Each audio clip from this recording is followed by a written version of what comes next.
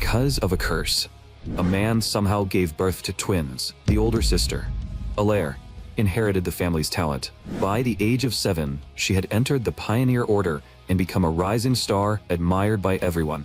But the younger brother, Azadin, inherited the curse. He was born without eyes, unable to use magic, and was treated by everyone as a monster. Yet no one expected those very flaws to become his greatest advantage. Because he had no eyes, his perception far surpassed ordinary people, giving him a vision clearer than sight itself. He could even see through people's hearts. Because he could not use magic, he turned his mana inward and transformed it into raw physical strength, enough to leap back 100 meters in a single step. And Azadin's first true appearance began with a wish a young woman made with her life. That day, the woman's husband excitedly gave her a gold coin. He also told her the legend behind it. According to the tale, it was an emperor's coin. If someone drew a triangle around it, they could summon a pioneer to grant their wish. But it was also a dangerous object. The king's church called the pioneers evil worshippers of false gods. The woman froze. If it is that dangerous, why would you give it to me? While she was still stunned, her husband stole a kiss. But that peaceful happiness did not last long. Soon, the village was struck by a once-in-a-thousand-years drought. The fields produced nothing. The villagers had no choice but to migrate. Then, a fully armed rescue squad arrived at the scene. But, without a word, they began slaughtering the people. This was the count's order. However, the count's son, Kazal, thought simple slaughter was too boring. So he came up with an even crueler method of torture. Among that couple, the husband had been cut across the waist while resisting earlier. So Kazal deliberately tied a rope above his wound. That way, gravity would keep tearing the wound open, making it worse and worse while keeping him alive. His wife could only use her small body to support him, desperately trying to stop the injury from worsening. That sight only made Kazal even more excited. He brought over a whip and lashed the woman viciously. But no matter how much pain tore through her body, the wife's arms stayed locked around her husband and never let go. Just as Kazal was about to keep tormenting her, a knight walked toward them. He was Kazal's swordsmanship instructor, Jibek. You are a noble, with the sacred king's blood. How can you do something like this? Are you not afraid of this getting out? But Kazal did not care about his teacher's warning at all. He only stopped when he finally grew tired. After that, the woman kept holding that position with all her strength until afternoon, when her husband could no longer bear it. Using the last of his strength, he opened his mouth and called weakly, "Sophia, I'm begging you, please, run away." And with that, he never moved again. His voice was faint, but in his wife's ears, it was as sharp as a blade. She shook her head desperately. Then she took out the gold coin her husband had given her. She placed it on the ground and drew a triangle around it. The Pioneer will come save us. Legend said the Pioneer family was a group of cursed people. To break their curse, they had to grant the wishes of contractors and collect the Emperor's gold coins. Once formed, the contract would take effect within 2 days. In that moment of absolute despair, the wife became the most devout believer in the world. But the irony was that even her husband had never believed the legend. He had only told it to make her happy. Soon, the wife collapsed from dehydration and exhaustion. When she regained consciousness, it was already the next morning. Jidek had secretly come over and fed her water. He had also used a stick to support her husband's body. Once the woman woke up, Jibek immediately prepared to leave. "I cannot let the young master know I came here. Otherwise, the consequences will be more than I can bear. As for your husband, you no longer need to keep holding him like that." Jibek's words were the same as declaring the man dead, but the wife still stubbornly supported her husband and refused to let go. The sight left Jibek frozen in place, and the guilt in his heart grew even heavier. Even though he had not personally taken part in the massacre, the woman suddenly looked up. "Please tell me your name." A faint light appeared in her eyes. "When the Pioneer descends, I will ask him to forgive you." In sharp contrast to the hope in her eyes, Jibek's gaze was filled only with pity. He never imagined someone would truly place their hope in such an empty, uncertain legend. Even if the Pioneer really did exist, the rescue squad still had 20 soldiers. More importantly, the Count's son carried the sacred king's blood. You should know what that means, right? The king's blood possessed overwhelmingly powerful and sacred magic. Ordinary people could never defeat magic. But Jibek's words did not shake the woman at all. Her gaze only became firmer. The Pioneers are mages too. They have killed bearers of sacred blood many times. They are divine beings. They can win. Jibek did not argue anymore. He simply believed the woman had been driven mad by unbearable trauma. My name is Jibek. I am a holy knight of the King's Church. I am telling you my name, not because I want to beg for mercy. If those soulless heretics truly come, I will fight them with everything I have. In Turkish, the name Jibek means executioner. And it was because of him that the demon of today came to exist. Leaving only a promise that he would return at night, he turned and walked away. The woman looked down at the spot where the coin should have been resting inside the triangle, only to find that it had vanished. The woman gritted her teeth in relief. Just 2 days. Within 2 days, they would definitely come. But the sun that day was unbearably harsh, as if it burned hotter than any day before. After returning to the rescue squad's camp, Kazel and Jibek clashed once again. Jibek believed the disaster had been caused by the climate. The villagers were innocent, and they could simply be relocated to more fertile land. But Kazel saw things completely differently.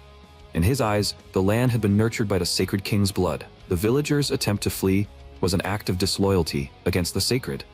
That was why the gods had punished them and made the sun burn even hotter.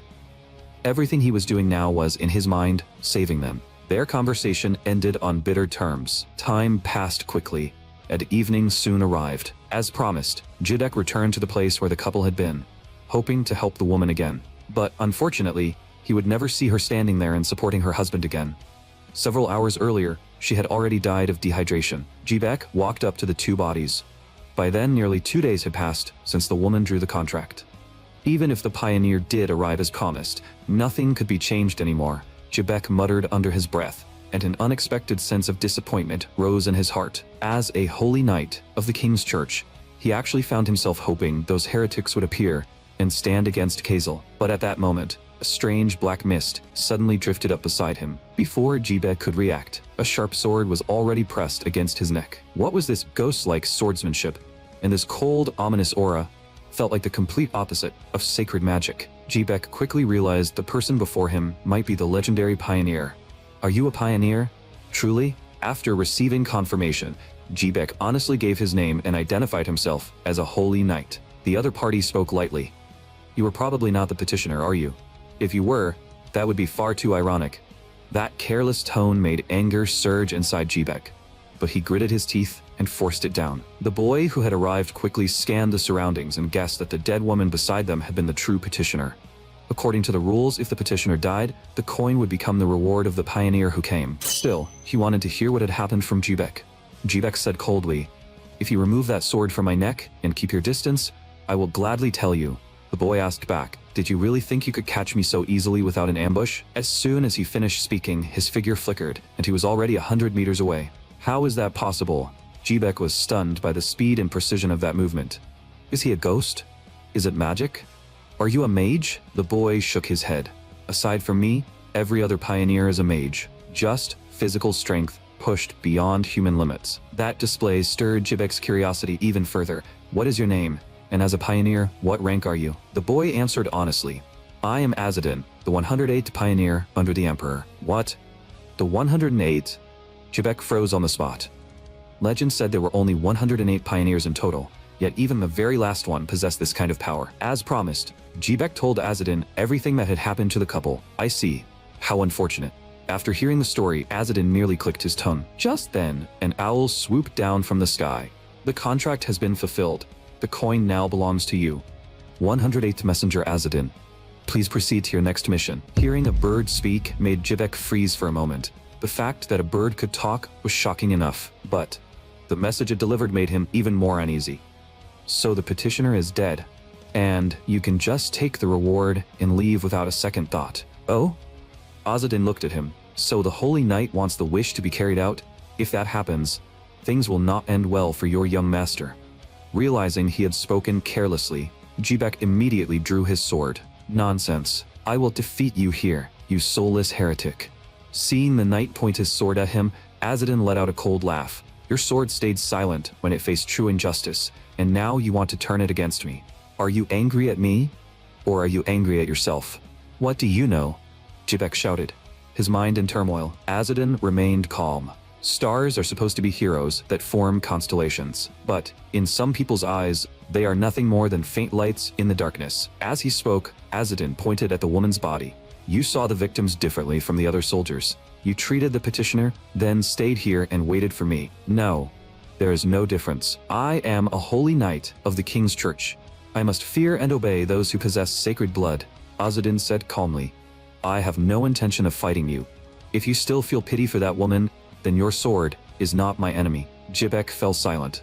Azadin turned his back to him, giving him a perfect chance to strike.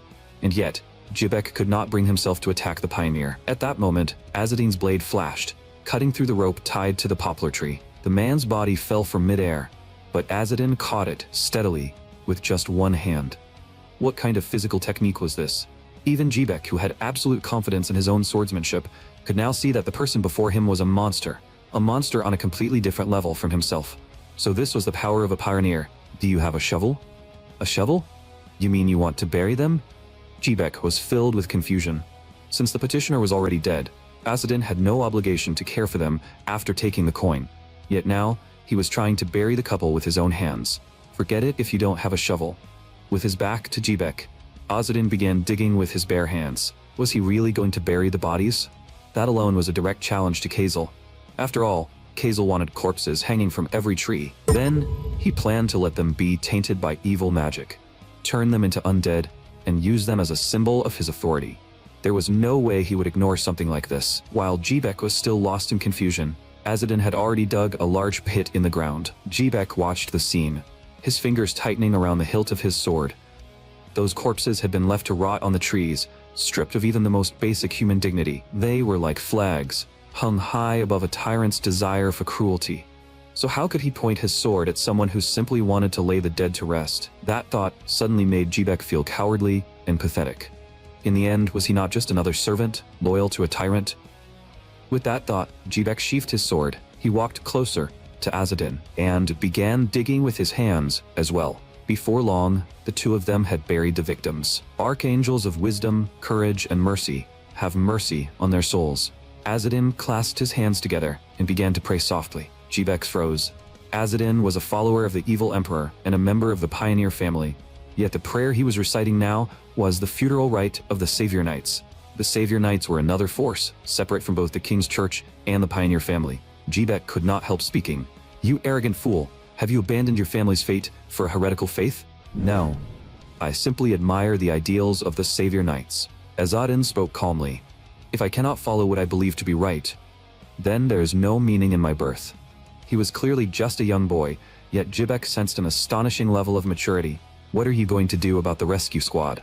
Azadin turned his head, but did not answer right away. He quickly unfastened the strap across his body and pulled out a long bow. In that direction, someone you respect is approaching. Jibek's heart jolted. He turned around sharply and saw the last thing he wanted to see. Kazel was walking at the front, leading a dense mass of armed soldiers toward them. What's this? Did you have a thing for that woman? You should have told me sooner. So Kazel had known everything from the start. Jibek quickly scanned the area and realized the number of men approaching was considerable. Almost the entire rescue squad had arrived fully armed. Even as a holy knight, Jibek had no confidence that he could win against this kind of force. But beside him, Azadin did not hesitate at all. He drew his bow and fired straight at the soldiers. The arrow flew at terrifying speed, curving sharply through the air before striking a rear soldier directly in the eye. The next instant, screams echoed through the valley. Azadin gave the enemy no time to breathe. He immediately fired a second arrow. The soldiers in the front had already raised their shields, believing those sturdy shields could easily block the attack. But to their shock, the arrow pierced straight through the thick shield and struck the soldier behind it. Jibek froze. The fact that the arrow could bend its path in midair was already shocking enough, but the force behind it was even more terrifying. How much strength would someone need to do something like that? Didn't you ask me how I deal with the rescue squad? Azadin suddenly said. A person's worth is not decided by their identity, but by the belief they uphold and the actions they take. Just like those who possess the sacred king's blood, yet slaughter their own people. So even if they carry sacred blood, that does not make them noble. Azadin's actions instantly sent Kazel into a rage. He immediately ordered Jibek to kill Azadin. But before the command had even fully left his mouth, Azadin leapt into the air.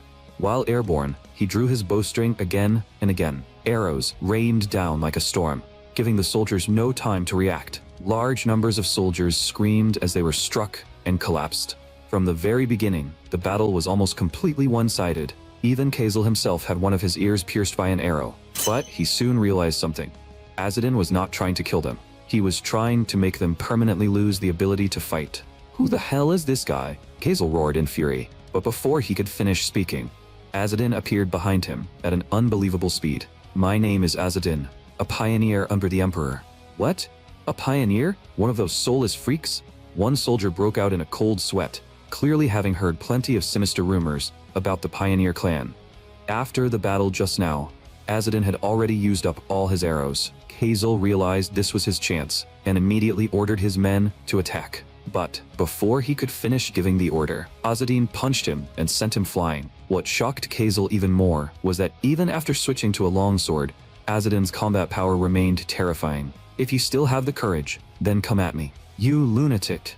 The soldiers were deeply wary of Azadin, but they also understood that if they backed down, Kazel's cruelty would be just as terrifying. Amid one scream after another, almost every soldier on the scene lost the ability to fight. Some had their eyes destroyed, while others collapsed and could no longer stand. After finishing all of that, Azadin walked up to Kazel. Sorry to keep you waiting, you piece of trash who brings nothing but suffering. You bastard. I am a noble. Kazel trembled in fear, but soon he suddenly turned around and created a blinding flash of light with magic. See that? This is my magic. It proves that I possess an incomparable noble bloodline. The light was so intense that even the soldiers who had just been blinded screamed under its overwhelming brightness. But Azadin seemed completely unaffected as he swung his sword at Kazel. The strike did not hit a fatal vital point. Instead, it struck somewhere that was enough to break Kazel completely. What do you want? Money? Women? I will give you anything. I am a descendant of the God King, a descendant of the Yaga's clan. That identity was enough to make almost anyone tremble, but it had no effect on Azadin. Is that so? What a coincidence. I am the God King Slayer. When intimidation failed, Kazel frantically looked around. At last, his gaze landed on Jibek, who was still standing nearby. What are you doing? Save me. I can't see. Perhaps the flash from earlier was still affecting Jibek's vision, because he made no move at all. I am a noble, a descendant of the God King. Why should I suffer because of a few lowly commoners? Kazel broke down and roared again. In the end, he lost his last remaining eye. The Emperor's decree had been carried out. Although Azadin had not killed anyone, she had given the criminals the punishment they deserved. But just then, the sound of a sword being drawn came from behind him. It was Jibek. He had drawn his blade. No matter how righteous your actions may be, I am a holy knight of the King's Church. I cannot simply stand by and watch. Looking at the stubborn Jibek, Azadin gave a bitter smile. A rigid holy knight. You are nothing like the other knights. You dare mock me? No, that was praise. Most of the other knights of the King's Church are devils who joined only to inherit priestly offices. The moment he finished speaking, black mist rose around Azadin once again. Wearing armor that heavy, you will never catch me. Under Jibek's shocked gaze, Azadin's figure vanished into thin air. If fate allows it, we will meet again. His voice echoed through the air. Jibek looked around, but all he saw were soldiers scattered across the ground, stripped of their ability to fight. True enough, he really did beat us senseless. Jibek laughed without even realizing it. He found that the burden in his heart seemed to have completely lifted. Meanwhile, inside Magrave Castle, a large group of village chiefs had crossed mountains and rivers just to meet Kazel's father, Count Magrave. Because their villages had gone months without rain, they had come to request an exemption from taxes. The people are displaced, and the streets are filled with corpses that have turned into undead. Under these conditions, there is no way we can gather enough tax money. Count Magrave's eyes were cold. The audacity. Today you beg for tax relief. Tomorrow, what? Food aid? The village chiefs knew Count Magrave's personality was twisted, but they had no other choice. The Count said coldly, if the blood in your bodies were as noble as mine, perhaps I would accept that suggestion. Otherwise, if you miss the deadline, I will have every last one of you hanged. The moment those words came out, the hall fell into dead silence. But unexpectedly, Count Magrave showed rare mercy today. There was one condition. They had to find that sheet of paper for him. As Count Magrave spoke, he opened his palm, and a magic book appeared out of thin air. To villagers who knew nothing about magic, this was nothing short of impossible. But Count Magrave told them not to worry. Even if they did not understand magic, as long as the wish in their hearts was strong enough, that sheet of paper would answer their call and reveal itself. If they truly found it, Count Margrave promised not only to exempt them from taxes for 3 years, but also to provide 20,000 liters of wheat every year. With such a generous reward, the village chiefs realized that the page was anything but ordinary, so someone asked for its name, a duplicate of the God King's book. Count Margrave's voice remained arrogant. The moment they heard that name, everyone froze. Long ago, on the continent of Hubris, there were once 8 thrones, and each throne was held by a member of the Yagas clan who possessed sacred blood. But King Azlet, through his extraordinary ability, conquered his other 7 brothers, claimed all 8 thrones for himself, and was crowned emperor. At the same time, the predecessors of the pioneers, the foreign Aragasa people, also arrived on this continent.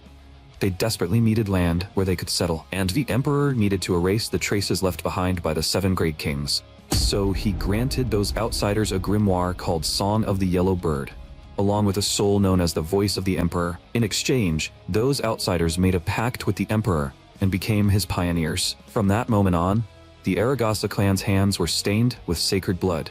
They became the emperor's hounds. They brought punishment down upon evil nobles who violated the emperor's laws. But that era did not last long. After the emperor's death, the empire split once again into 8 independent kingdoms. From then on, the Aragasa clan was rejected by the world and called the Soulless Ones. Yet, even though the emperor had died, the contract between them remained in effect. The Aragasa clan still had to carry out the duties of the pioneers forever. After dismissing the village chiefs, a soft rustling sound came from behind the curtain behind the count. Then, a massive snake slithered out. It slowly raised its body upright and transformed into a beautiful young woman with bronze skin. My lord, mentioning the name of the God King's book was perhaps a bit reckless. Nonsense, Count Margrave said coldly. Are you witches not already busy searching for that book right now? Rumors will soon spread across the entire continent. Even finding 1 page before anyone else would be enough. As the count spoke, he turned and asked why the woman had come. The woman told him that Kazel had been attacked, but the count did not believe it was true. After all, Jubek had been there. Kazel should not have been defeated so easily. Their opponent was a pioneer, the woman said calmly, and the pioneers are also after the God King's book, hoping to use it to break the curse that enslaves them. Besides that, the woman also gave the count some good news. Kazel was not dead. He had only been blinded and crippled. The count clicked his tongue and said he would send soldiers to hunt down the pioneer. I understand. I will contact the commander right away. But leave this matter to someone else. As he spoke, the count revealed a sinister smile. Since my son is useless now, I'll just sire another. Meanwhile, after leaving the battlefield, Azadin had been wandering around the area for quite some time. Why boast that the contract will always take effect within 2 days? What a load of nonsense. You foolish boy, how dare you speak so rudely to the voice of the emperor? A solemn voice echoed beside him. The one speaking was none other than the spirit of the voice of the emperor. It listened to the requests of petitioners and connected them to nearby members of the pioneer family. It was an artificial spirit created by the emperor, and even centuries after the emperor's death, its spiritual power had not weakened at all. It remained as powerful as it had been in the past. That alone proved the emperor's power was almost divine. But Azadin scoffed at the idea. Honestly, the emperor died without warning and left us, his messengers, behind to be hated by the entire world. We're called God King Slayers, soulless heretics, and whatever else they come up with. And on top of that, I had to dump almost all my luggage just to make it here in 2 days. Now I'm practically dying of thirst. Azadin's words left the owl spirit unable to argue. How unfortunate. But do not worry. Your attendants will arrive soon. While the two were bickering, Azadin suddenly became alert. A ghostly blue flame was drifting slowly through the air. When Azadin approached, faces emerged from the shadows. He recognized them as the people who had been hanged from the mulberry tree at the village entrance. Among them were the couple who had made the wish. The ghosts clasped their hands together and bowed respectfully to him. Azadin nodded in return. This land lacks the light of royal virtue and the blessing of the archangels. There is no benefit in remaining here. Please go on to the afterlife. The ghosts did not respond to Azadin's words. Instead, they raised their hands together and pointed toward the village well. Azadin thought they were trying to give him water, but when he eagerly pulled the bucket up, he found there was no water inside at all. There was only sand, along with a sheet of glowing paper. Is this one of the pages from a duplicate of the God King's book, the source of the Emperor's authority? Azadin's lips trembled slightly. Just then, a ghost flame drifted past his eyes, and the ghost's figures began to fade. Please rest in peace. Azadin held the glowing page of the God King's book in his hand. If I accept this mission, can I truly break free from the bondage of my duty? The voice of the Emperor answered calmly. Calling it a curse is not exactly accurate. According to the agreement, this is an honorable duty. But it just had to fall into my hands, Azadin muttered. The voice of the Emperor continued. You do not look very pleased. Is this not exactly what you pioneers have always hoped for? There are 2 ways to terminate the contract with the Emperor. First, collect 100,000 Emperor's gold coins. Second, obtain the God King's book. I am not at the point where I can be happy yet. Azadin stared at the God King's book in his hand, feeling the strange touch of fate. After all, the God King's book had been torn apart in the first place because of Azadin's father. After that, Azadin left the village and set out on his journey again, while the dryness in his throat continued to torment him. At the same time, not far behind him, a small head peeked out from behind cover. That is the guy. According to the rumors, he is the most useless and stupid person in the family. Cursed and unable to use magic. The girl's tone was filled with disdain. Clearly, she believed someone like Azadin was not qualified to serve as a pioneer at all. Miss Midia, we should go back. Beside her was a young boy around the same age. I want to test his skills. The girl took out an arrow. Ah, no, you can't do that. Hearing that she wanted to test him, the boy panicked. We attendants aren't allowed to just attack a pioneer. A duel should be fine, right? There is no way I will lose to someone who cannot even use magic. To make sure she would not kill Azadin with a single shot, the girl thoughtfully snapped off the arrowhead. The boy could not help reminding her. But he was personally promoted by Elder Kazas. So what? Do you really think Elder Kazas training him for 10 years could turn him into someone strong enough to overwhelm every other pioneer? After casting aside her distractions, the girl pulled the bowstring tight. Then she aimed at Azadin and fired. This was the Aragasa family's signature technique, double arrow. The arrow flew extremely fast, shooting straight toward Azadin's head. Before the attack even landed, the girl immediately crouched down and hid. She listened anxiously to the sounds in the distance, and only dared to peek out after everything had gone completely silent. But what greeted her was a flying pebble that struck her squarely on the forehead. Right behind it came Azadin himself. Was that arrow just now yours? It was merely my way of greeting you. The girl said it casually, but inside she was deeply shocked by Azadin's movement. She had not sensed him approaching at all. He moved like a ghost. At the same time, she noticed 2 extra arrows in Azadin's quiver. Clearly, he had caught the arrows she fired. With no other choice, the 2 of them explained why they had come. The girl's name was Midia, and she came from the Atal family, one of the 5 founding families of the pioneers. The boy was Ismail, Midia's servant. The 2 of them had been sent by the family to assist Azadin. Assist me? By doing this? As Azadin spoke, he threw out the arrows that had just been used to attack him. I saw that your quiver was empty, so I offered you my arrows. Is that not excellent assistance? The girl actually used that excuse to justify her attack, and Azadin sighed helplessly. You 2 should just go home, children. Children? The moment Midia heard that word, her expression darkened. I've said it before. I carry the blood of the Adel family. I am far nobler than a descendant of traitors like you. Bloodline means nothing to an attendant. Azadin turned away and said, if you came here to work for me, then you are my subordinate. Besides, you attacked me just now. After saying that, Azadin's expression grew cold.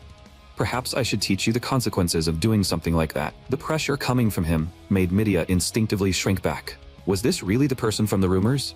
The weak, useless man anyone could bully? Please forgive my rudeness. If you want something from me, then show the proper respect. Whether as a member of the Aragasa or as an enemy, choose for yourself. Enemy or kin? When Azadin asked that question, Midia finally realized he was not someone she could toy with. So she hurriedly lowered her head and apologized. Although Azadin accepted her apology, he did not compromise. He still told them to go back where they came from, but just as he turned around, he seemed to remember something. By the way, do you 2 have any water? Midia did not answer. She only glared at Azadin fiercely. I challenge you to a duel. No, this man is dangerous. Ismail quickly tried to stop her, but his warning did not shake Midia at all. She had already realized the rumors were wrong. Azadin was not the fool people claimed he was. On the contrary, he seemed powerful and deeply proud. But if she did not dare to challenge him just because he was strong, would that not make her a coward? Pioneer Azadin, I, Midia, formally challenge you for your position as pioneer. Are you serious? Azadin looked at her. If you win, my position as pioneer is yours. But if I win, Do you understand what the consequences will be? Of course I do. My life and death will be in your hands. Everything I have will belong to you. Azzedine lowered his head. He knew his reputation within the clan was poor, but even so, there was no way he would lose to a 13-year-old girl. So Azzedine tried once again to refuse the duel, only for Midia to reject him firmly. She turned and walked backward. Of course, she was not trying to run away. She was simply creating distance between herself and Azzedine. When they were 100 steps apart, she finally stopped. There, 100 steps. Azzedine, I challenge you. Seriously, do we really have to do this? Just as Azzedine was feeling speechless, a solemn voice suddenly rang out from above. Duel established. Pioneer Azzedine has accepted the challenge. Oh my gods. The V voice of the Emperor. Ismail panicked as well. It was said that every pioneer had a spirit companion, and that spirit was the voice of the Emperor. Now that it had become the witness, this duel was no longer a child's game. This is bad. Ismail grew restless and anxious. He did not want anything to happen to the young lady he served. No, there is no way I will lose. A few minutes later, Midia lay on the ground covered in wounds, unable to say another word. Clearly, the result of the duel was completely different from what she had imagined. Ismail recalled what had just happened, his face still full of disbelief. Because he had no arrows, Azzedine had used pebbles instead. Normally, because a bow has a steep angle, anything launched from the string could easily strike the back of the shooter's own hand. But Azzedine had somehow done it. He used a technique passed down by the Aragasa, swinging the bow like a sling. The stone tore through the air and shot straight toward Midia. Unlike a precise arrow, the stone's path was far harder to predict, forcing Midia to curl up in panic. The stone struck the ground, bounced, shattered into several fragments, and flew at Midia again. Song of the Yellow Bird Moon Halo. Midia spread a hazy shield of moonlight and barely blocked the attack. But Azzedine's next strike was even more absurd. The pebble he fired changed direction multiple times in midair. Of course, this was not magic. He had simply added spin to the projectile, creating an effect similar to magic. Pebbles attacked Midia from every direction and from different angles. Fortunately, Ismail shouted out the attack direction in time, allowing Midia to avoid being hit. The duel quickly entered its final stage. Azzedine deliberately exposed an opening, making Midia believe she had found the perfect chance. Now, her blades swept out and sliced precisely across Azzedine's abdomen. But in the next instant, his body scattered like black mist. What she had struck was only an afterimage. The real Azzedine had already appeared behind Midia. Midia tried to cast magic and counterattack. But Azzedine was clearly faster. He grabbed her wrist in one swift motion and said calmly, "It's over." The next moment, Azzedine's fist slammed into Midia's stomach. With a thunderous impact, she was sent flying and crashed hard into the mountainside. Miss Midia. Ismail could no longer hold back and rushed over at once. "I will never forgive you, you low-born bastard. How dare you hurt my lady?" Ismail charged at Azzedine through gritted teeth, trying to save Midia. But at that moment, the voice of the Emperor rang out. The duel is over. Midia has failed her challenge. Her fate will now be controlled by Pioneer Azzedine. And Ismail, because you interfered in the duel, you will become Azzedine's slave together with Midia. The voice of the Emperor declared the final result on the spot. After her defeat, Midia was overwhelmed with shame. She immediately drew her blade, intending to end her own life. But with a sharp, metallic clash, the dagger was knocked from her hand. Azzedine had already expected Midia to do this after losing the duel. "Sorry, little girl. Your life belongs to me now. Without my permission, you don't even have the right to die." Midia clenched her teeth, desperately trying to calm herself down, watching her expression tighten and then force itself to relax. Azzedine could not help laughing. What an absurd little girl. Azzedine could not hold back a laugh. That should be enough of a lesson. "All right, Midia, Ismail, you are both free." "What?" Hearing that, both of them could hardly believe it. Not only that, Azzedine even planned to erase the record of this challenge. After all, you don't want to leave behind a record saying you picked a fight with a pioneer for no reason, do you? Huh? Why? Midia could not understand Azzedine's intentions at all. "A beautiful and talented girl like me is standing right in front of you, and you are just letting me go without doing anything? Beauty and talent." Azzedine scoffed. "Let's put beauty aside for now. If you had even half of Alair's talent, you wouldn't have ended up like this." Alair was Azzedine's twin sister. A long time ago, after the Emperor unexpectedly died, the Aragasa clan won the War of Succession and obtained a duplicate of the God King's book. At the time, every member of the clan believed they could use it to break their contract with the emperor. But a traitor appeared within the clan. His name was Acre. He stole the duplicate of the God King's book and tore it apart, scattering its pages across the world.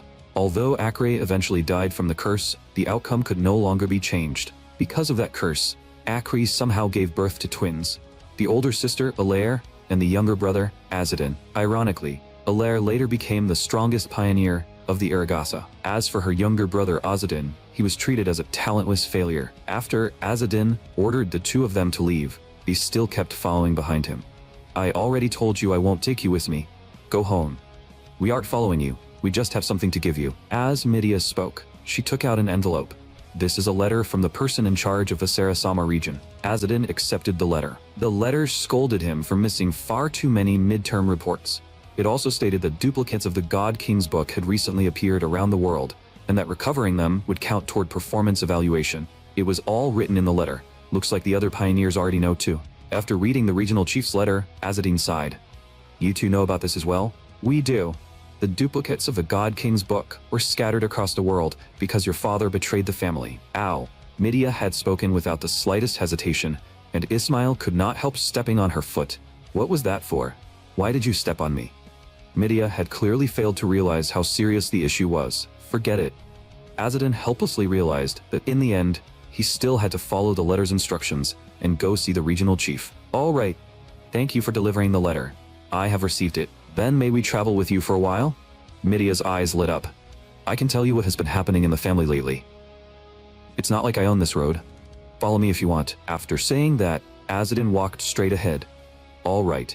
Midia immediately followed him with excitement. Azadin was now in the most remote area of the Sarasama border territory. Even if they followed the main road, there was no telling how long it would take to reach Sarasama, and this entire region seemed to have been suffering from drought for a full month.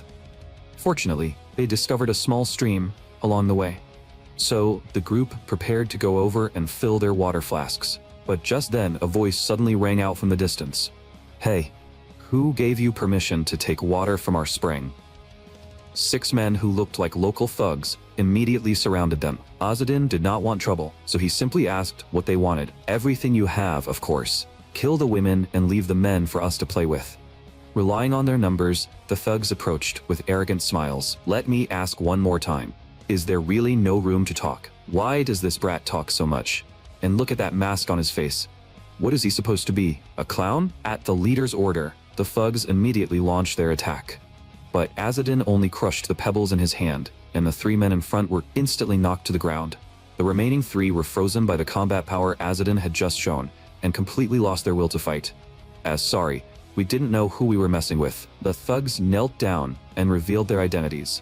They had been forcibly recruited by Count Magrave's son, and their mission was to search for a duplicate of the God King's book. The inland region was already falling into chaos because of the drought, and many people were close to becoming refugees or bandits. Midia thought they were making it all up, but Azadin felt they were not lying. After all, no merchants or travelers would normally pass through this road. Then, to silence them, we should just kill them. Midia offered the suggestion as if it were nothing. "Wait, I'm not the kind of person who kills people casually. If we don't kill them, even if they truly change their ways, they will still expose our route." Ismail agreed with Midia, but Azadin believed that every person only had one life, and they should be given a chance to repent. "Yes, exactly. Human lives matter. My lord is truly wise, just, and merciful. Bless your generous heart." If someone did not know better, they would think these thugs had known Azadin for years. Their flattery was already polished to perfection. Azadin looked at them and grinned. The next second, he punched the thug leader. "Still, each of you needs to walk away with a permanent reminder. Don't move. Otherwise, it won't just be your eyeball flying out, it'll be your whole face." When the remaining 2 thugs heard that, they froze completely. Don't joke like that. I already told you. Don't move. It's only one eye." A piercing scream exploded through the forest. Dozens of minutes later, Azadin released the thugs as promised. "You bastard. I'll curse you till the day you die." The one-eyed thugs seemed to have completely forgotten their earlier flattery and were now cursing him at the top of their lungs. But at that moment, a massive hand suddenly appeared. That hand crushed one of them to death in an instant. The one who appeared was a huge troll. It casually grabbed the remaining men and stuffed them into the bamboo basket on its back. Meanwhile, the troll spotted the village in the distance. A human village. Food, here I come. After everyone had eaten and drunk their fill, Azadin's group set out again. Midia couldn't help but speak up. At first I thought you were simply letting them go. But after seeing what you did, I think it was actually a good move. Azadin said calmly, people who bully the weak and steal from others can only understand that feeling once they become weak themselves. Once they lose an eye and become weak, they will finally be able to feel what others felt. Azadin was kind, but those who deserved punishment would still be punished. Still, compared to those thugs, he was more worried about something else. The thugs had mentioned that Count Maygrave was also searching for duplicates of the God King's book. Ismail repeated the rumors he had heard on the road. Could it be that Count Maygrave lost political power, so he wants to obtain a duplicate of the God King's book and use its magic to rise again? Someone obsessed only with gaining power was far too dangerous. So before leaving Maygrave's territory, Azadin removed his mask. It was the symbol of a pioneer, an eagle-shaped mask that stood out sharply. But the moment Azadin took off the mask, both Midia and Ismail were stunned. His nose was high, his brow bones were clear, and his face could be called handsome. But where his eyes should have been, there was only a scar stretching across his face. You have no eyes. That's why I'm called Azadin. The name Azadin comes from an eyeless evil dragon in the ancient myths of the Pioneer clan. According to legend, Azadin, the eyeless evil dragon and incarnation of death, fought endlessly against the angel of justice, Alair, until they destroyed each other on the day of the apocalypse. But you don't look blind at all.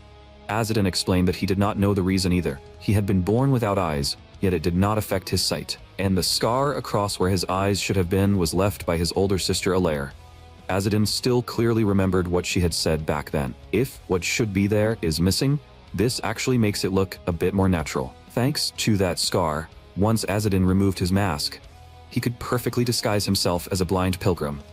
After walking for who knew how long, they finally arrived at the main road near the border. This was the Emperor's Road, the great route that connected the major cities across the continent. The village built at the entrance of this road was called East Gate Village. As the name suggested, it served as the gate leading onto the Emperor's Road. Midia and Ismail froze when they saw the inspection taking place at the gate. It was never this bad last time.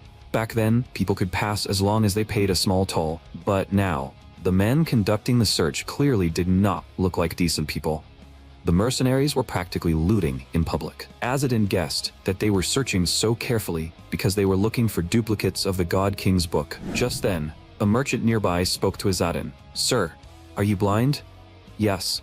These two children are orphans traveling with me on pilgrimage. From the merchant's words, Azadin confirmed his suspicion. They were indeed searching for duplicates of the God King's book. Anyone who found one would receive a massive reward. This was going to be troublesome. The problem was that Azadin currently had a page from a duplicate of the God King's book on him. Just as he was thinking about how to deal with the situation, a commotion broke out up ahead. Didn't you say you were looking for the God King's book?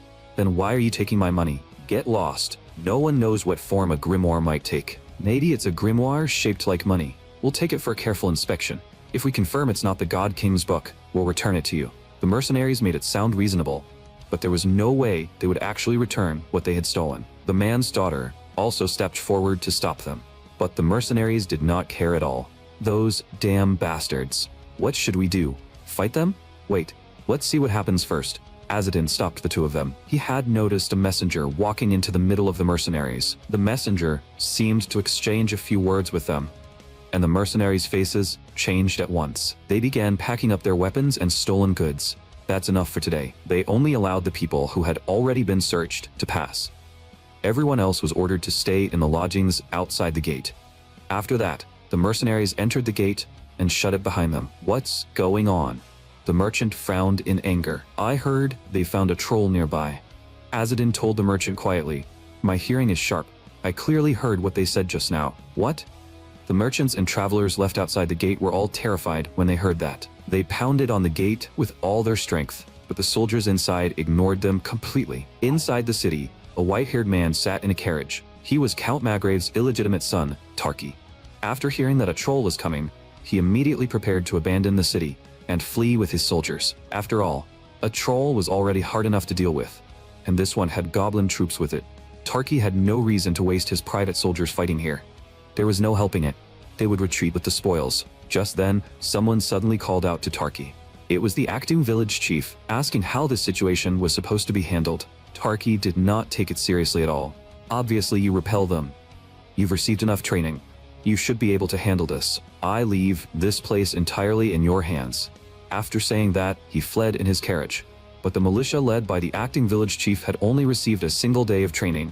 Sending them out like this was no different from sending sheep to the slaughter. The ground seemed to be trembling. Just as the sun was about to set, the acting village chief disobeyed orders and opened the gate. He knew very well that the militia, made up mostly of aging middle-aged men, could never defend the village on their own. So he decided to let the merchants and women enter the city to help with the defense, while the young and strong stayed in the village, and the elderly, the weak, the women, and the children went to take shelter.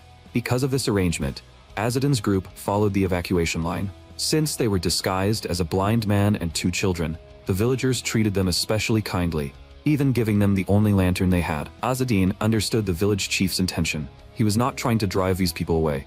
He was trying to protect them, because the situation inside the city was actually far more dangerous than outside.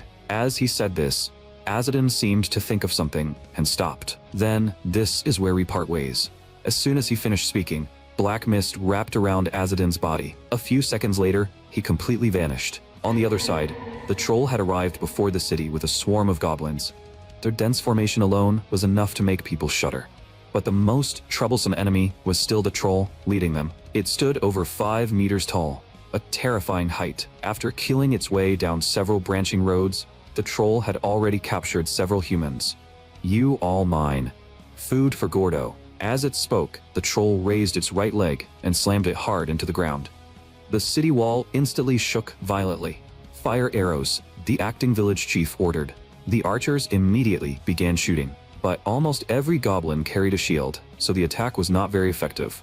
Then the troll at the front grabbed a massive boulder. It hurled the stone straight at the city gate. The terrifying impact nearly smashed the gate open on the spot. Seeing the humans fall completely into a disadvantage, some villagers began to waver. Should I run? If I run now, maybe I can still survive. At that moment, a goblin mage, hiding nearby, raised a specially made staff. The God King's book? The God King's book is mine. As soon as those words fell, a man wearing a hawk mask suddenly appeared and kicked the goblin mage over. Not only that, when the villagers were attacked by the troll, he also saved 2 of them in passing. The one who had arrived was Azadin.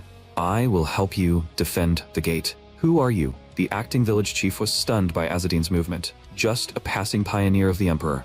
As Azadin said this, he removed the bow frame from his waist and began stringing it. A pioneer of the emperor? A pioneer? While everyone was still confused, Azadin had already leapt down from the city wall. He reached out, grabbed an arrow, and fired it.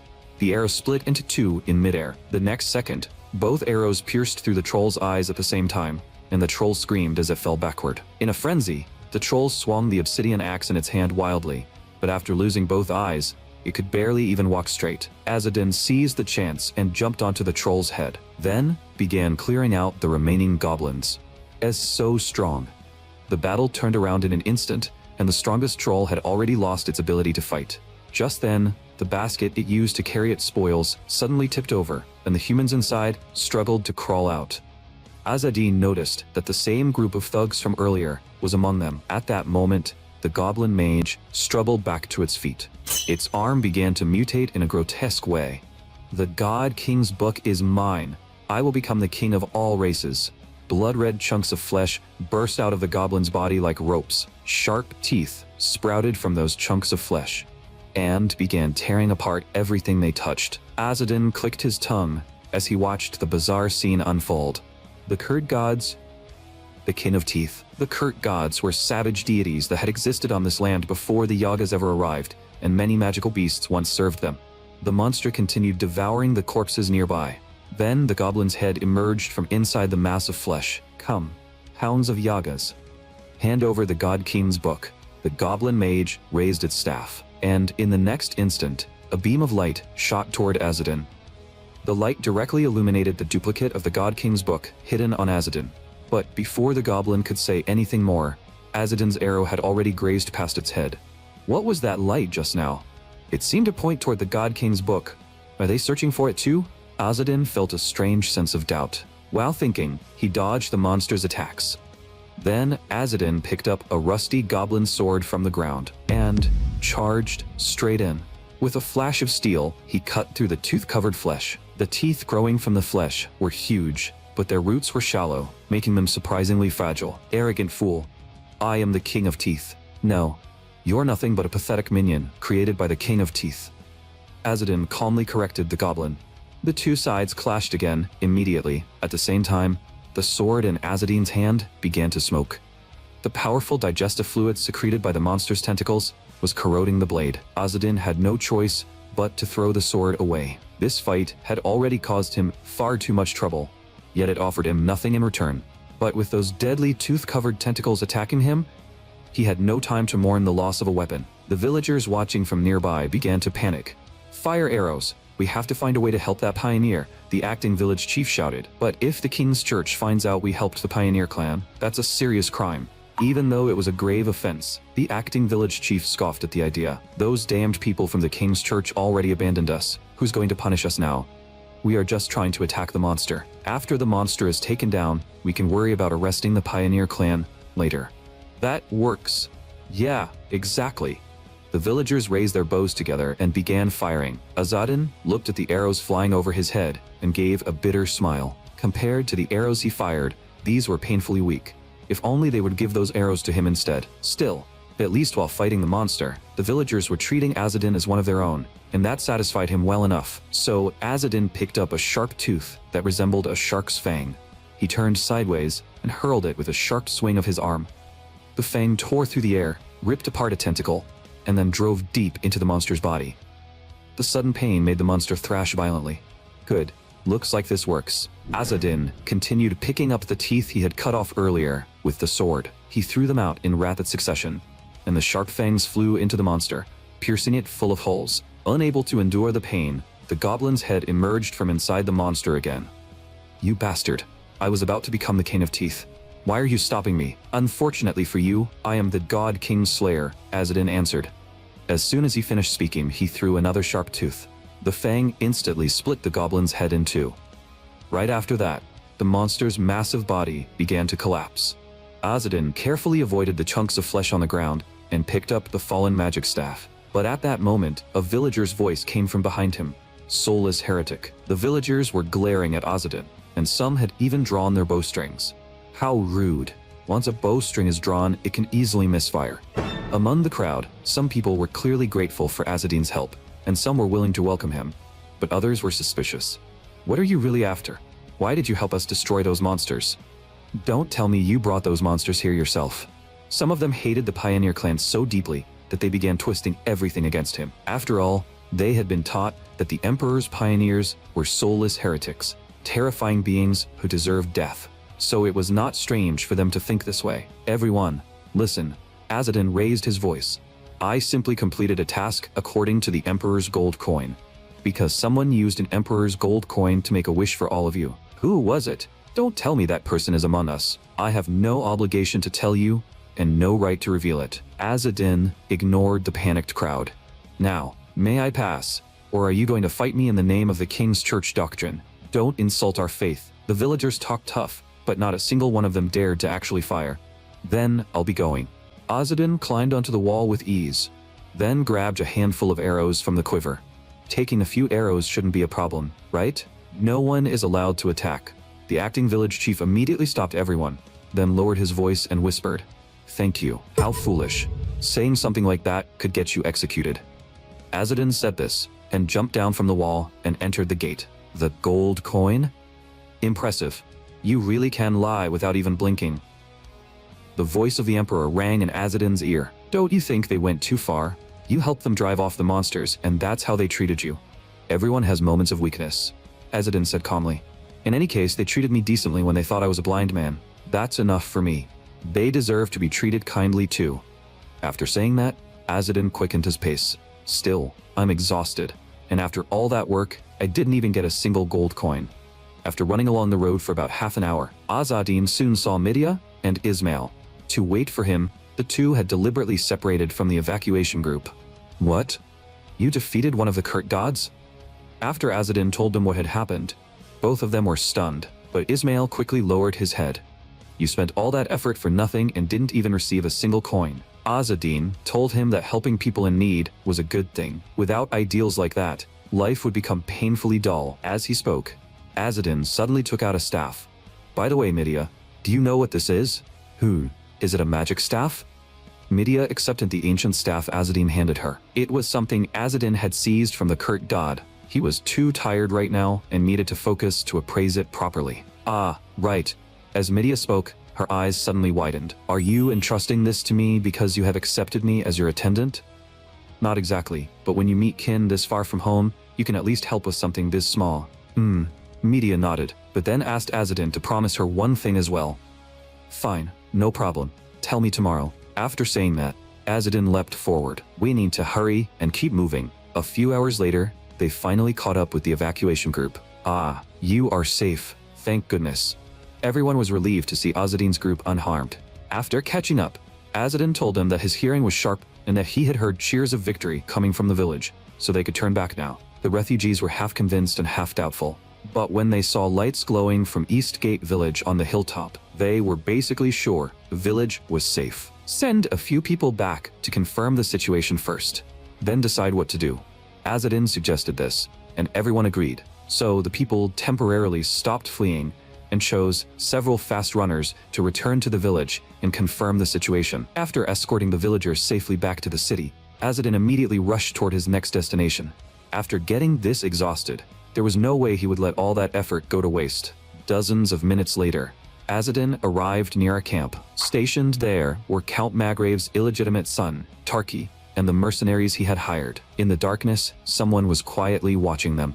And when that someone saw Tarki's loot chest, the voice of the Emperor's eyes lit up at once.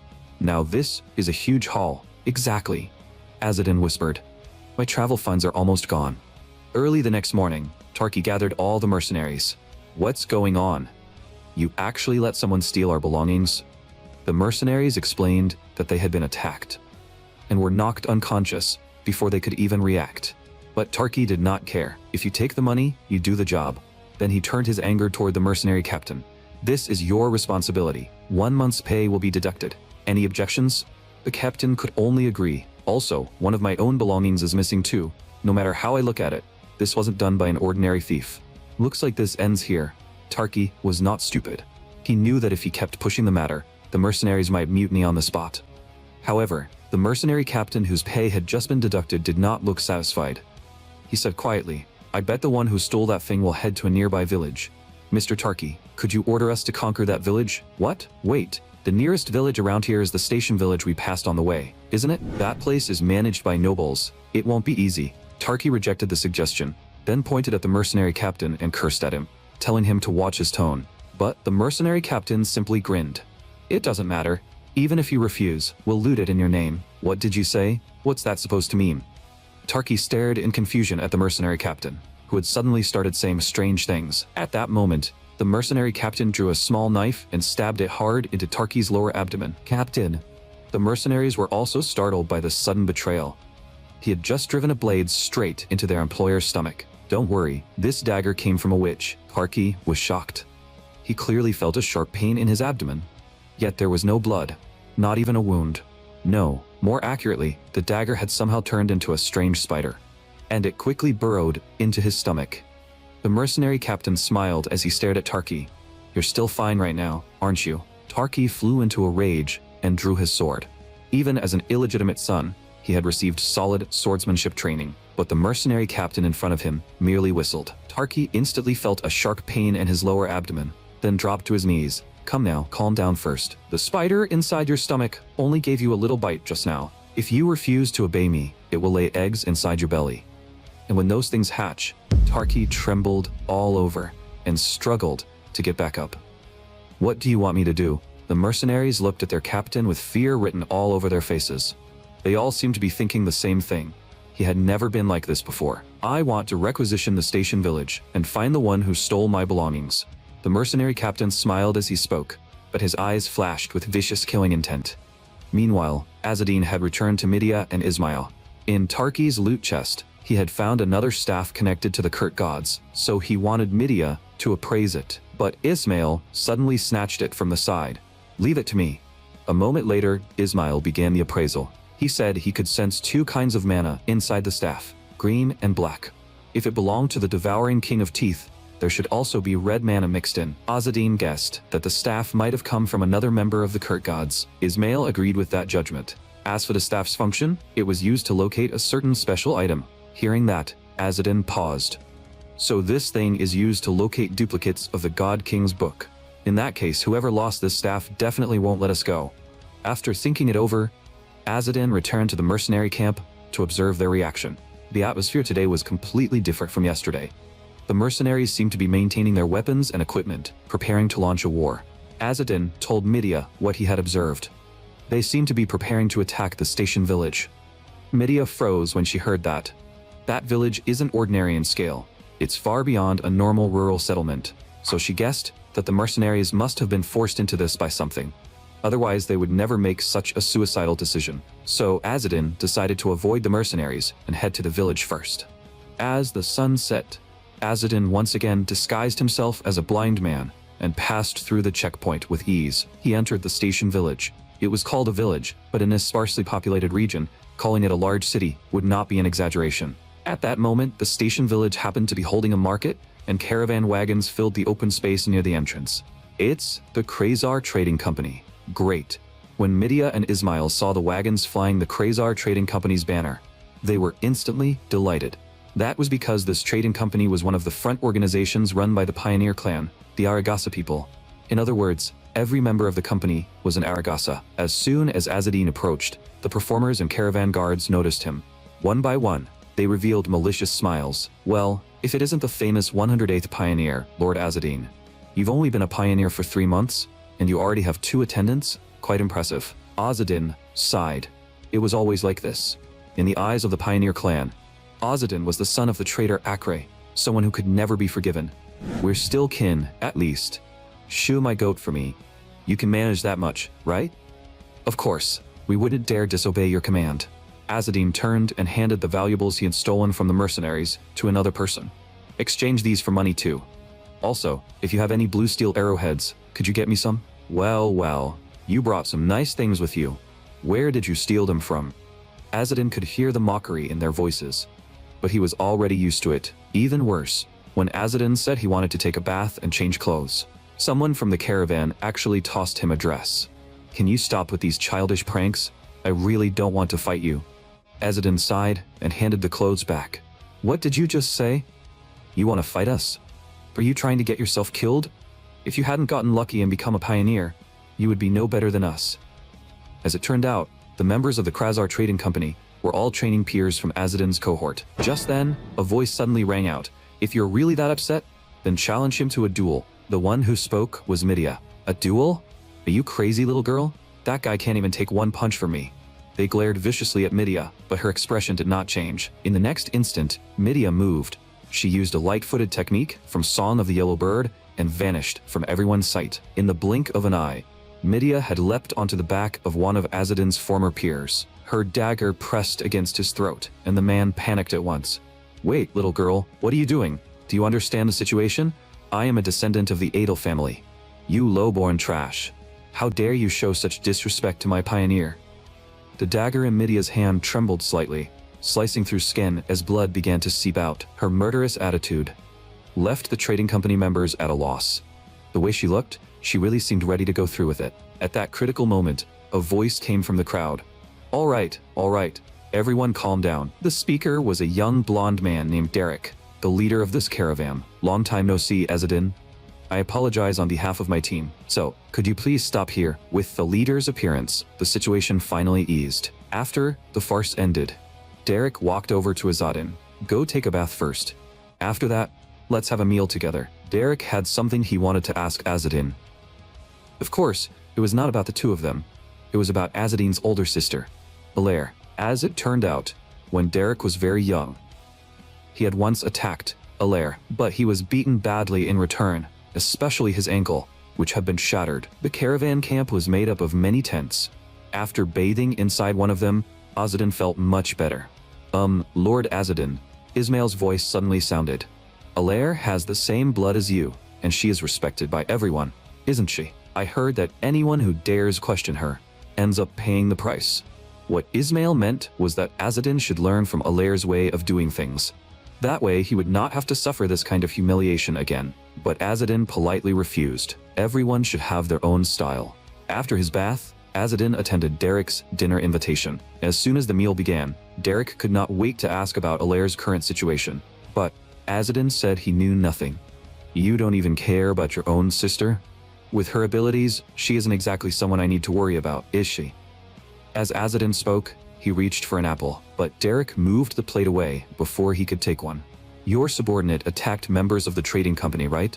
You knew they were from the Sabin family, and you still dared to touch them. Azadin did not answer. Instead, he took out the staff he had seized from the Kurt gods. I recently took down a group of trolls and goblins and obtained this. Do you know what it is? Derek nodded. The regional chief has been looking for you because of that. The cultists of the Kurt gods are searching for duplicates of the God King's book, and this is the tool they use to locate those duplicates. So everyone in the Aragasa knew about these things, and Azadin was the only one no one had bothered to tell. Still, no matter how you look at it, bringing back this bone staff is a major achievement. By the way, did those cultists have the God King's book on them? No, they didn't. But what do you mean by that? Did you get the God King's book from somewhere else? I did get it. Did none of the other messengers find one? Derek's eyes widened instantly. A deed duplicate of the God King's book. You really found one? Hand it over to me. Azadin calmly took a bite of an apple. Getting it to you would be even more dangerous. One of Count Magrave's sons is heading here with a group of mercenaries. Do you think I'd lose to them? I may lose to Alair, but no matter what, I was once a pioneer too. That's exactly the problem. If a group of merchants suddenly shows strength they shouldn't have, wouldn't that make people suspicious? Derek became furious with Azadin. None of that matters if it means protecting the God King's book. Besides, Azadin could not deny that Derek was far weaker than Alair. Ever since they were young, Alair's strength had always been far above his. Even though 10 years had passed, and Azadin had grown much stronger, he still could not even imagine how powerful Alair had become by now. Azadin shook his head, and ultimately decided to hand the God King's book directly to the regional chief. Just as the tension between Derek and Azadin reached its peak, a member of the trading company suddenly rushed in. The East Gate. Something happened at the East Gate. The station village was managed by knights under the Count of Sarasama. At dusk, a young knight arrived at the station village with a group of mercenaries. It was Tarki and his mercenary band. The gate knight refused to let them enter, using the large number of people as the reason. It's almost dark. Stay at the inn outside or camp in the open for tonight. Come back tomorrow. And honestly, he wasn't wrong. According to the rules, that was exactly how things should be handled. But Tarki knew what they really wanted, so he quietly walked over and slipped them a sum of money. Just a small token. Please accept it. Haha. Sir Tarki, this does put us in a difficult position. The date knight laughed as he accepted the bribe. But just as he was about to let them through, a sharp sword suddenly pierced through his head. The one who attacked was the mercenary captain. Immediately after that, the other gate guards were quickly dealt with as well. Tarki was shocked by what he saw. I never told you to kill him. You openly attacked a checkpoint? If the King's Church investigates this, it'll be a serious crime. The mercenary captain did not care at all. He slowly raised his palm, then gently blew on it. The tiny spiders in his palm were sent onto his subordinates' bodies. In that instant, the mercenaries' bodies began to mutate. An abnormal strength surged through them. Tarki clicked his tongue as he watched. You're a Kurt heretic? You only realize that now? How sharp of you. The mercenary captain smiled. Let's cooperate. It'll benefit both of us. After saying that, he whistled. Pain tore through Tarki's abdomen again. He had no choice at all. The mercenary captain ordered 2 of his men to guard the city gate and allow no one in or out. The rest entered the village to search for the thief. However, the order forbidding anyone from entering or leaving soon caused a major commotion. A hot-blooded young man insisted on leaving the city right away and completely ignored the mercenaries' warning. After saying, "You have no right to stop me," he tried to force his way through. But at that moment, one of the mercenaries reached out and grabbed his head with one hand. Then, he lifted the young man high into the air. That was not the strength a normal human should have. The mercenaries' faces were blank, and their eyes glowed with an eerie green light. I'm hungry. As those words left his mouth, his jaws split open in a grotesque way. Just as he was about to devour the young man, an arrow suddenly flew in and pierced straight through his mouth. A moment later, Azadin descended from above and drove a spear directly through the mercenary's head. When he saw countless tiny spiders crawling out of the wound, Azadin immediately realized these men were followers of Atra, the spider queen of the Kurt gods. Even more absurdly, the mercenary whose head had been pierced did not die. He climbed back up and attacked Azadin again. Although the attack missed, it still gave Azadin quite a shock. They could survive fatal wounds, which meant those spiders had already taken control of their nervous systems. Azadin exchanged several rounds with the two mercenaries, but ordinary physical attacks had almost no effect on them. As the fight continued, the two mercenaries even evolved spider legs. What a pain! Just as Azadin muttered under his breath, a voice suddenly rang out. Midia arrived in time, quickly pulled a torch from a wagon, and threw it over. Azadin caught the torch and swung it in one smooth motion. The heat of the flames forced the mercenaries to retreat again and again. As it turned out, the spiders inside their bodies were extremely afraid of heat. Even a little warmth was enough to cook those tiny insects. Ismail immediately brought over several more torches and lit them. Once the mercenaries were surrounded by fire, they panicked and desperately tried to escape the ring of torches. But they could not. The villagers nearby noticed what was happening and joined in, throwing torches as well. In the end, the two mercenaries were burned to death without being able to fight back. How was my help? Perfect timing, right? Midia boasted proudly. You're definitely going to need us many more times in the future, so shouldn't you accept us already? At that moment, the owl swooped down from the sky. A petitioner has appeared, but they're already dead. Which direction? West. They just died. Damn it, Azadin cursed under his breath. Then he immediately prepared to head toward the west gate. You two, get the fire ready. We're going to the west gate. Before he even finished speaking, Azadin had already rushed off in a hurry. Is he giving us orders now? But on the way, mercenaries who had already transformed into spider monsters lunged at him. The moment they entered Azadin's range, he struck with lightning speed. But no matter how badly they were wounded, the mercenaries simply would not die. If they had been ordinary humans, they would have collapsed long ago. Worse yet, they were still mutating, and their numbers were rapidly increasing, leaving Azadin unable to reach the petitioner's location for the moment. At that moment, an arrow suddenly flew in. It struck the target perfectly, and with a crackling burst of electricity, several spiders were instantly burned black. As expected, they're afraid of fire and electricity. Midia had just arrived, but before she could finish speaking, a wave of dizziness suddenly hit her. Song of the Yellow Bird is a colorless grimoire, and lightning spells like Thunderbolt are extremely inefficient. Still, at your age, being able to use Thunderbolt at all is already impressive, as expected of an Adel. That really is admirable. When Midia heard Azadin praise her, her face instantly lit up. Azadin shrugged. Rest for a bit. Looks like you've used up your mana. But as Ismail watched this warm little scene, he clenched his teeth. Midia had pushed herself that hard, just to earn Azadin's approval. By then, the west gate had already turned into a slaughterhouse. Once the mercenaries tasted blood, they grew excited and lost control, slaughtering people at will.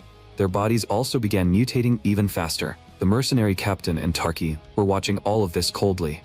Hey, is this really fine? Didn't you say you were looking for a duplicate of the God King's book? Tarki questioned the mercenary captain. Yes, it's a little different from what I expected, but things are progressing smoothly. Progressing smoothly? Hey, at this rate, why would the person with the God King's book ever come to this village? The mercenary captain did not answer. As he walked past a pile of bodies, he suddenly noticed a triangle symbol drawn on the ground. What's this? The triangle on the ground is the mark of the money demon, Tarki suddenly cried out. Money demon? You mean the Emperor's pioneer? The mercenary captain tilted his head in confusion. I suppose so. They seem to be searching for the God King's book as well. Maybe the one who stole my belongings is one of them. Are you seriously planning to fight a money demon? Tarki asked in panic. But before he could finish speaking, an arrow shot toward him. Fortunately, it missed. On the other side, the mercenary captain easily reached out and caught the arrow. Interesting. That was fast. The mercenary captain had just thrown the arrow away, when another arrow came flying straight at his face. You still don't get it? The mercenary captain sneered and reached out to grab it, but this time, he couldn't react in time. The arrow struck his head directly. You deliberately made the first arrow weaker to make me lower my guard, didn't you? As he spoke, the mercenary captain spread his arms, and 6 spider legs rapidly grew out of his body. Azadin moved around Tarki and charged straight at the mercenary captain. His blade flashed. and the slash struck the mercenary captain directly in the abdomen. Look at that. So this is the Emperor's messenger. How interesting. The mercenary captain immediately began clashing with Azadin. Tarki, watching from the side, was completely stunned. Honestly, no matter which of these two won, it wouldn't be good for him. Mommy, I miss you. Tarki sat on the ground, tears streaming down his face. The battle between Azadin and the mercenary captain grew more intense. The mercenary captain's spider legs were cut off again and again, but thanks to his powerful regeneration, they kept growing back. So this is the leader. Even in spider form, he can still maintain human intelligence. You're strong, I admit that. But you can't kill me. The mercenary captain's body began evolving once again. But Azadin remained completely unmoved because he had already guessed the enemy's weakness. The power of the Kurt gods was still, in the end, a force of nature. The next second, Azadin's body suddenly vanished into black mist. In the blink of an eye, he had appeared behind the mercenary captain. With a flash of sword light, the mercenary captain's head flew from his shoulders. Tarki watched the troublesome mercenary captain get killed in an instant, and panic immediately took over. You're a pioneer, right? Then you can't kill me. Because of this. Look. Tarki hurriedly pulled a small object from his pocket.